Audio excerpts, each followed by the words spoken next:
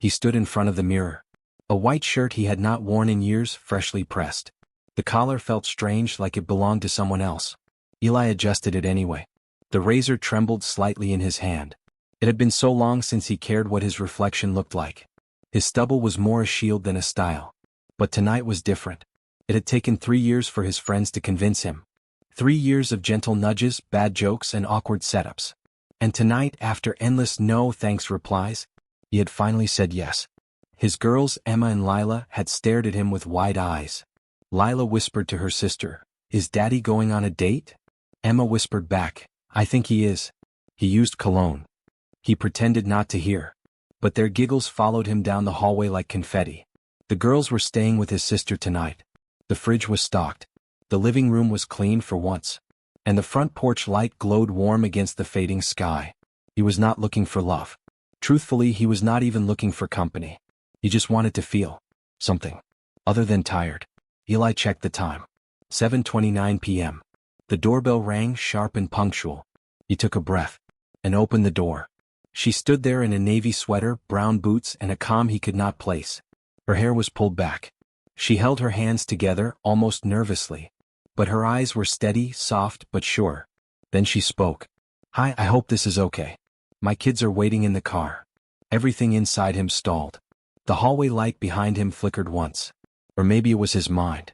Because for a moment he forgot how to respond. She smiled, gently, apologetically. "I did not want to leave them with someone they barely know. I promised they have snacks and a movie. I needed to try too." Eli blinked. He nodded slowly, almost mechanically, and stepped aside. "Would you like to come in?" She thanked him and entered, leaving the crisp autumn air behind her. He shut the door, but his mind stayed open. Wide open. He had expected awkward small talk. Maybe some fake laughter, a forced compliment, and early goodbyes. Instead, she brought reality. A reminder that he was not the only one trying to rebuild. As she sat at the edge of the couch, he noticed the faint wear on her shoes. Not from fashion. From running. From chasing life. Probably from chasing after little feet. He offered her tea. She asked if he had peppermint. He did not, but promised cinnamon was close enough. They sat. Not close. Not far. Just two people on the same planet for the first time in a long time. Eli stared at the untouched mug in his hand. The silence was not uncomfortable. It was curious. Like two people reading the first line of a book they both forgot they owned. Finally he asked, "Do you want to bring them in? I mean the kids. They do not have to wait outside." She shook her head slowly. "Thank you really. But this is just a test run. For me. For them. For everything." He understood that more than he could say. 3 years ago he buried not just his wife. He buried the version of himself who believed life could be easy again. He buried dinner dates. He buried Valentine's Day. He buried that part of his heart that had once loved so effortlessly. Raising twin girls alone was like running a marathon in fog. No map. No applause. Only laundry and spilled milk and 2 sets of hungry eyes asking for answers. He had survived. But he had not lived. Not until now. She sipped the cinnamon tea and smiled. "I do not know if this is right. But I know I could not keep saying no to life forever." He nodded. "Me neither." For a moment the air softened. 2 single parents. 2 heavy hearts. 1 quiet living room and no expectations. Outside, headlights glowed faintly in the driveway. He imagined them, her boys, sitting with popcorn bowls and a cartoon.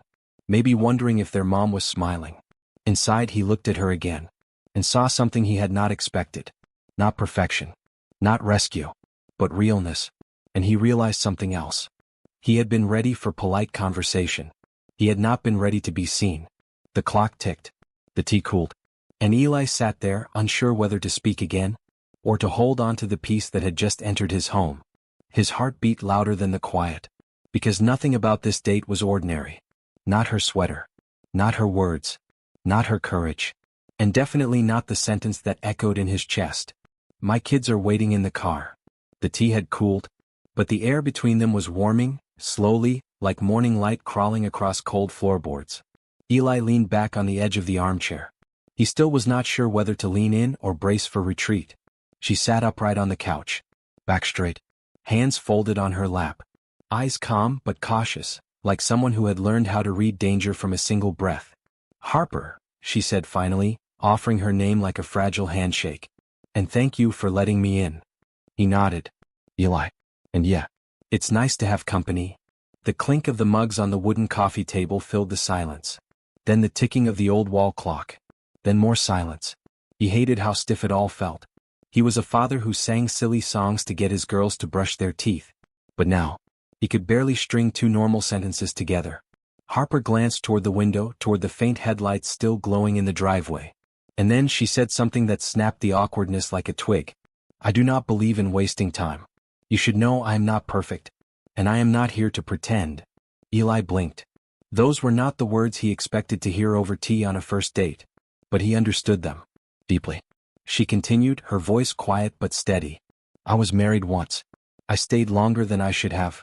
Until I realized surviving for my boys mattered more than looking like I had it all together. She stared at the rim of her mug, tracing it gently with one finger. We packed one bag. Left in the middle of the night. Slept in a shelter for a week before I found a friend willing to help. No tears. No drama. Just truth. Plain. Raw. Unapologetic. Eli felt something inside his chest shift. That must have taken everything. She looked at him. It took everything I had left. And then I had to wake up and do it again. For them. The room felt heavier. But not in a bad way. In the way two people feel when neither is trying to outshine the other. Only trying to be real. He took a breath. My daughters, Emma and Lila, they still set a plate at dinner. For their mom. Harper's eyes softened. How long has it been? 3 years. Brain tumor. She was gone before I had time to believe it was real. He looked away. His voice cracked just a little. They remember her laugh. Her lullabies. I think I remember her absence more than anything now. Harper leaned forward slightly. Not close, just closer. Enough to let him know she saw him. You are doing it alone too then? Yeah. Most days it feels like I am just showing up and hoping that is enough. She nodded. Sometimes that is the bravest kind of love.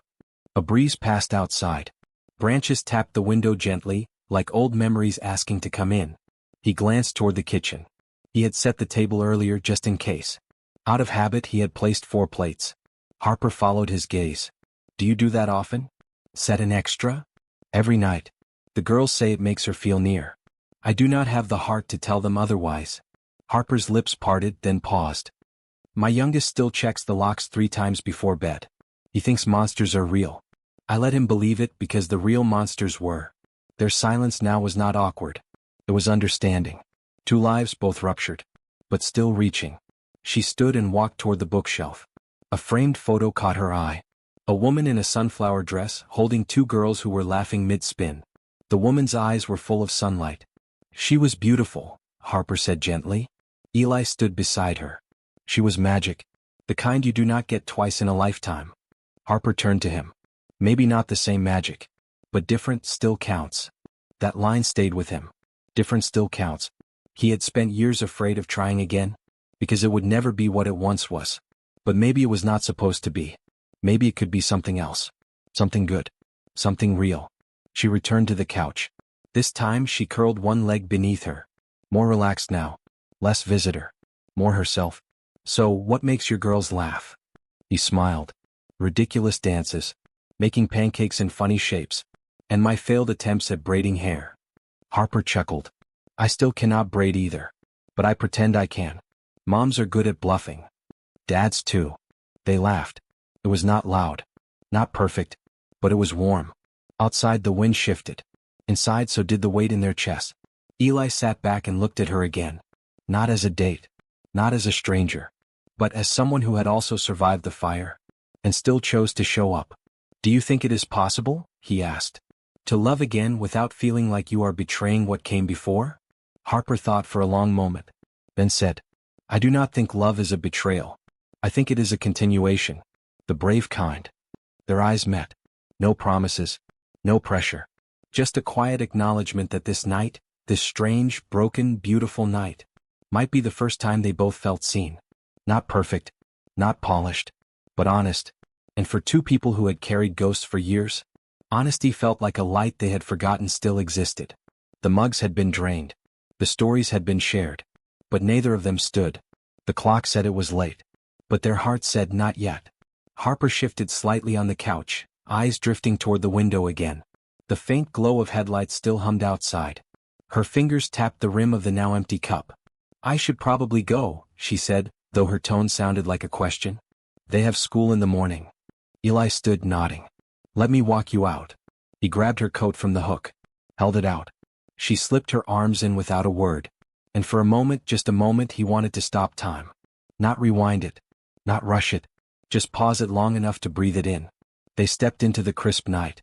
The driveway was quiet, the sky above stretched with soft stars. And there, in the car just a few feet away, were the boys. One sat up, barely awake. The other, smaller and wide-eyed, perked up when he saw her. He rolled the window down with both hands. Did you laugh, Mom? You promised you would laugh. Harper blinked. And then she smiled. Not the polite smile she had practiced all evening, but a real one. One that reached her eyes. Yes, baby. I laughed. Eli felt something shift in his chest. He had judged her at first. Bringing kids to a blind date? It had felt like a warning sign. But now, it felt like truth. She had not hidden her life. She had invited him to see it, flaws, weight, chaos and all. And for the first time in years, he wanted to be part of someone's truth. Without thinking, he walked to the car. Opened the back door slowly. The older boy had fallen asleep, his head tilted against the seatbelt. The younger clutched a small plush bear with fraying ears. Eli knelt down gently and reached inside. Let me help you with their jackets. Harper stood beside him, surprised but quiet. Together they bundled the boys gently. No words spoken. Just hands working together. As if they had done this 100 times. Then, from the porch, 2 small voices. Daddy? Eli looked up. Emma and Lila stood in the doorway, pajama-clad and barefoot. Their hair messy from pillows. Eyes curious and hopeful. We heard voices, Lila whispered. Are they still outside? Emma pointed, barely containing her excitement. Is that them? Can they come in? For cookies. Harper froze. Eli stood and looked back at her. Only if you like chocolate chip, he said softly. She looked at her sons. Then at his girls. Then at him. And she nodded. The next few minutes were a gentle, beautiful blur. The boys stepped out, blinking in the porch light. The girls giggled and waved them over like they were best friends from another life. No awkwardness. No name exchanges. Just 4 children drawn to one another by instinct like warmth to warmth. The living room transformed. Blankets were dragged onto the rug. Crumbs appeared in corners. Cartoons played in the background but no one really watched. Lila offered her stuffed panda to Harper's youngest. Emma asked the older boy if he liked marshmallows and hot chocolate. They nodded. She disappeared into the kitchen. Eli and Harper stood back watching. They were no longer participants. Just observers. Witnesses to something soft and sacred unfolding in front of them. They do not know to pretend, Harper whispered. No, Eli agreed. They just know when something feels safe. A small voice broke the moment. Mr. Eli, said the older boy, tugging on his sleeve. Do you have any Legos? Eli smiled. You are in the right house, buddy. He left for the hall closet. When he returned, the kids had formed a circle on the floor. Blocks, crayons, laughter. The quiet home he had kept like a museum was now alive. Not chaotic. Living. Harper sat on the edge of the couch. Hands folded again. But this time in awe. I did not expect this, she said. Me neither. He sat beside her, just far enough to be respectful, just close enough to be honest. I thought it would take time. And maybe it still does. But this feels like something good. She nodded. I do not want to scare it away. Then let us not rush it. A long pause. Not heavy. Not uncertain. Just still. In the background, Lila pretended to be a chef. Emma declared herself CEO of the cookie company. Harper's sons played along, building a cookie tower that collapsed twice with dramatic groans. Eli laughed loudly. Harper covered her face with one hand, laughing until tears welled up. The kids froze. Mom, are you crying? One of the boys asked. She wiped her eyes and smiled. I'm okay. These are happy tears. Eli watched her. Watched her hold joy and grief in the same moment. Watched her feel safe enough to feel it all. And that was when he realized. He had not seen this house feel like home in years. Not since his wife's laughter danced in the kitchen. Not since bedtime stories were read in duet. But tonight, there was laughter again. And it did not feel like replacing. It felt like expanding. No grand declarations. No sweeping romance. No piano music swelling. Just a living room filled with the sound of children laughing. And 2 adults, scarred, scared, and still healing, choosing not to run. Because sometimes, it is the smallest voices that teach us how to begin again. The backyard smelled like grilled corn and sunscreen. Paper plates fluttered in the breeze, pinned under cups and crayon drawings. Someone had spilled lemonade. Someone else was laughing about it. It had been 2 months since that first awkward doorbell. 2 months of cautious text, shared pickup duties, small victories, and slow healing. The kids now called themselves the crew, like they were on some secret mission to bring joy wherever they went. And in a way, they were. Eli stood at the grill, flipping burgers one-handed while dodging a foam dart war behind him. Emma wore a superhero cape. Lila held a plastic sword. Harper's youngest wore goggles for no reason at all. "We are the crew," they yelled in unison. "And this is our headquarters." Harper laughed from the picnic table, her legs crossed, lemonade in hand. She had started to wear color again. Soft blues. Deep reds. Shades that said, "I am not hiding anymore." Eli's oldest friend, Jared, nudged him with a grin. "You look like a man who just discovered oxygen." Eli smirked. "Feels that way. I did not realize how long I had been holding my breath." Jared raised an eyebrow. "So, this serious?" Eli looked toward Harper. She was listening patiently as the kids explained their imaginary world. She nodded like it was the most important thing she had ever heard. "It is not flashy. But it is real," Eli said. "And it feels like home." Later that evening, as dusk painted the sky in tired purples, Harper walked her boys to the bench under the oak tree. They sat close, shoulders touching. The older one leaned against her without asking. The younger one held her hand, tracing circles on her palm. "Mom," he asked, "is this a new family?" She smiled. "It might be. Or maybe it is just our old family continuing somewhere new." They nodded, satisfied. Children rarely need long explanations. Just safe ones. Eli joined her, sliding onto the edge of the bench. Not trying to own the moment, just share it. "They doing okay?" he asked quietly. "Better than I expected," she answered. "Better than I expected." He nodded. "Mine too. They ask about your boys before they even brush their teeth." She chuckled. "Same here. They have already made plans for Halloween." He grinned. "Do I want to know?" "Matching wizard outfits. Glitter involved. You were warned." Pause. Not awkward. Not nervous. Just full. Like there was so much to say but none of it needed to be rushed. "I used to think healing meant fixing everything," she said softly. "But now I think it just means walking with someone who does not flinch at your scars." Eli turned to her. "You are not a fixer-upper, Harper. You are already enough." She smiled. "So are you." The wind picked up, rustling leaves above them. The kids shrieked from the other end of the yard. Emma was arresting her new stepbrother for stealing imaginary treasure. Lila declared herself the judge. No one questioned it. Eli watched the scene, arms resting on his knees. His heart felt still. Not racing. Not shattered. Not guarded. Just still. Like the ground after a long storm. "I never thought I could feel this again," he admitted. "Not without guilt. Not without thinking I was betraying her." Harper gently touched his hand. "You are not replacing her. You are remembering how to be you." And she would have wanted that. He closed his eyes. Held on to those words. Not to forget the past. But to finally live beyond it.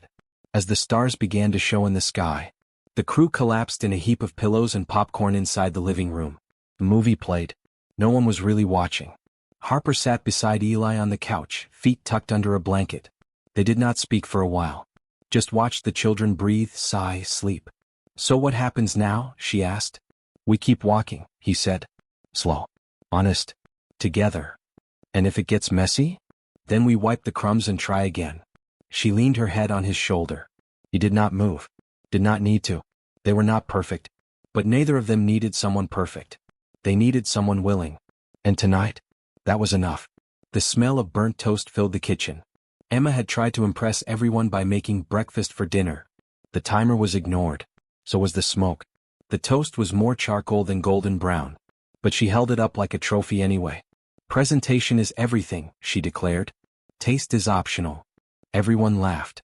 Even Harper's youngest, who had just spilled his entire cup of juice across the table, again. No one scolded him. No one sighed. Eli tossed him a paper towel and winked. "Congratulations. You found the flood zone." The dining table was crowded. 4 plates. 4 different personalities. 4 sets of elbows competing for room. But it felt full in the best way. Not tight. Not forced.